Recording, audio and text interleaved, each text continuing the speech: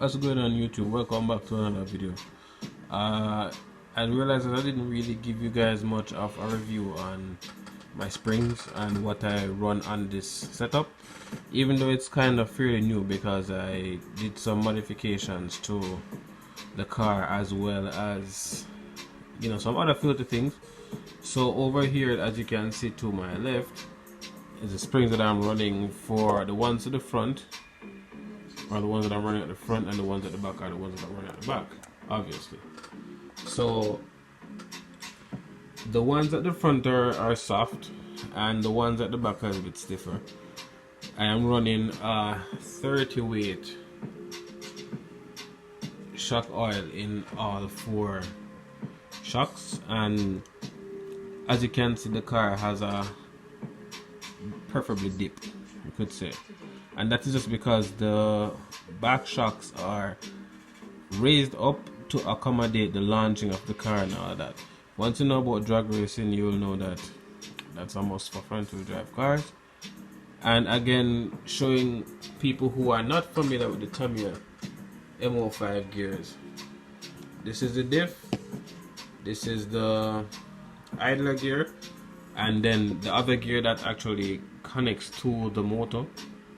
That one I don't have because I stripped the first one in the beginning when I just bought the car. And since I have also put a brand new gear setup inside of it, the only thing that I have to do now is to just pull back down the car, service the parts inside of it, tighten up back the diff. The diff is locked, of course, so no issues there. As I said, as you can see, the size diff, it's pretty big, the other gear as well, so it can manage power. The only thing is that the center of gravity for these cars are not very low, which affects some of the time and kinda is giving me an issue with shaving down my ET for the 132 feet.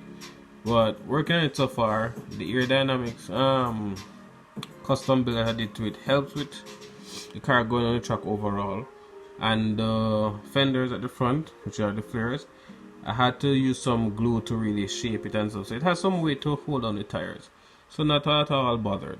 So this is my spring setup, and the gears, locked diff, as I said before, 30 weight oil, shock weight oil, and yeah, that's that, people. Using a very fast motor to spool, but also because again I'm lacking center of gravity as in the car being lower to the ground.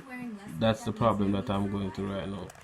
But until then, stay tuned for more on this build, and like, share, and subscribe. I have more info to give out on this.